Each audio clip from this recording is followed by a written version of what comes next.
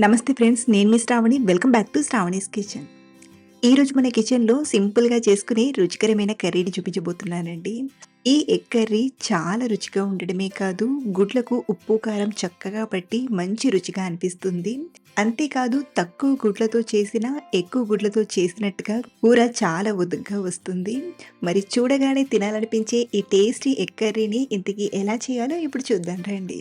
ఇక్కడ నేను egg curry చేయడానికి ఒక 4 గుడ్లను తీసుకొని ఒక 10, 15 నిమిషాల పాటు బాగా ఉడికించండి. గుడ్లు బాగా ఉడికాక పైనున్న పొట్టును తీసేసి ఇప్పుడు వీటిని చక్రాలుగా కట్ చేసి తీసుకుందాం. ఇక్కడ నేను ప్రతి ఒక్క గుడ్డుని 4 చక్రాల్లా ఇలా కట్ చేస్తున్నాను. మీరు కావాలంటే ఇంకాస్త సన్నగా 5, 6 పీసెస్ వచ్చేలా అయినా కట్ చేయొచ్చు. ఇక్కడ నేను గుడ్లను ఇలా పీసెస్‌గా కట్ చేస్తున్నాను కదా! మీకు ఇలా కట్ చేయడం ఇష్టం లేకపోతే లైట్‌గా ఘాట్లు పెట్టైనా చేయొచ్చు. మొత్తానికి మనం తీసుకున్న గుడ్లన్నీ కట్ చేసి ఇలా ఒక ప్లేట్‌లోకి తీసుకొని పక్కనుంచుకోండి. ఇప్పుడు స్టవ్ ఆన్ చేసి ప్యాన్‌లోకి ఒక 3, 4 టేబుల్ స్పూన్ల నూనెను తీసుకోండి. ఈ కూరలో నూనె కొంచెం ఎక్కువగానే పడుతుందండి. నూనె చక్కగా వేడయ్యాక అర టీ స్పూన్ జీలకర్రను తీసుకొని కాస్త ఫ్రై చేయండి. ఇలా కాస్త ఫ్రై అయ్యాక ఇందులోనే సన్నగా కట్ చేసిన 1 కప్పు ఉల్లిపాయ ముక్కల్ని తీసుకొని ఫ్రై చేయండి. ఇక్కడ నేను 2 మీడియం సైజ్ ఉల్లిపాయలు తీసుకొని ఇలా సన్నగా కోసి తీసుకున్నాను. ఇలా మనం ఒక పక్కన ఈ ఉల్లిపాయల్ని ఫ్రై చేస్తూనే మరో పక్కన మిక్సీ గిన్నెలోకి 2 కట్ చేసిన టమాటా ముక్కల్ని తీసుకోండి. అలాగే ఇందులోనే ఒక 2 పచ్చిమిరపకాయల్ని ఇలా చుంచి తీసుకోండి. అలాగే 9, 10 వెల్లుల్లిపాయల్ని, 1 ఇంచ్ అల్లం ముక్కను తీసుకోండి. మీ దగ్గర ఆల్రెడీ అల్లం వెల్లుల్లి పేస్ట్ ఉంటే ఇందులో ఇలా తీసుకోకుండా డైరెక్ట్‌గా అల్లం వెల్లుల్లి పేస్ట్‌నైనా తీసుకోవచ్చు. అలాగే ఇందులోనే ఒక 9, 10 పుదీనా ఆకుల్ని, కొంచెం కొత్తిమీర ఆకును కాడలతో సహా తీసుకొని మెత్తగా గ్రైండ్ చేయండి. ఇలా మెత్తగా గ్రైండ్ చేసి మూత పెట్టి పక్కనుంచండి. మరో పక్కన మనం ఉల్లిపాయల్ని ఇలా కలుపుతూ ఇవి కొంచెం సాఫ్ట్ అయ్యి మంచి కలర్ వచ్చేంత వరకు ఇలా కలుపుతూ బాగా ఫ్రై చేయండి. చక్కగా ఫ్రై అవుతాయో అప్పుడు ఇందులోకి మనం గ్రైండ్ చేసి పెట్టిన టమాటా పేస్ట్‌ని తీసుకొని బాగా ఫ్రై చేయండి.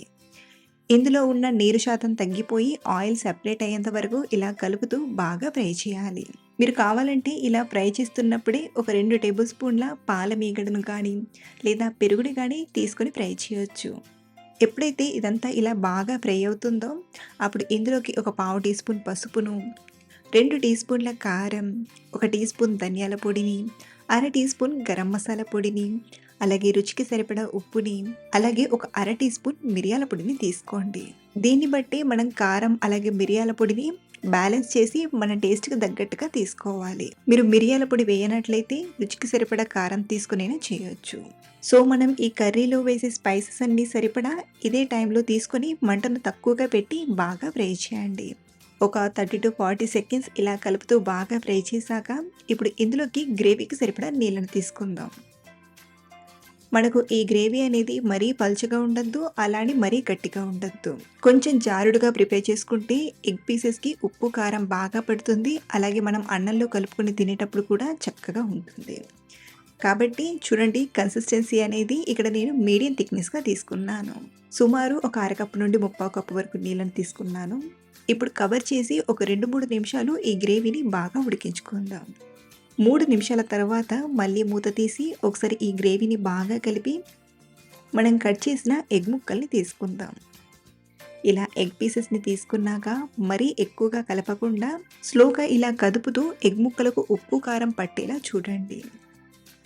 ఇప్పుడు మళ్ళీ కవర్ చేసి ఒక 2, 3 నిమిషాలు మీడియం మంట పైన ఉడికించామంటే మనకు ఎగ్ కర్రీ ఆల్మోస్ట్ రెడీ అయిపోయినట్లే.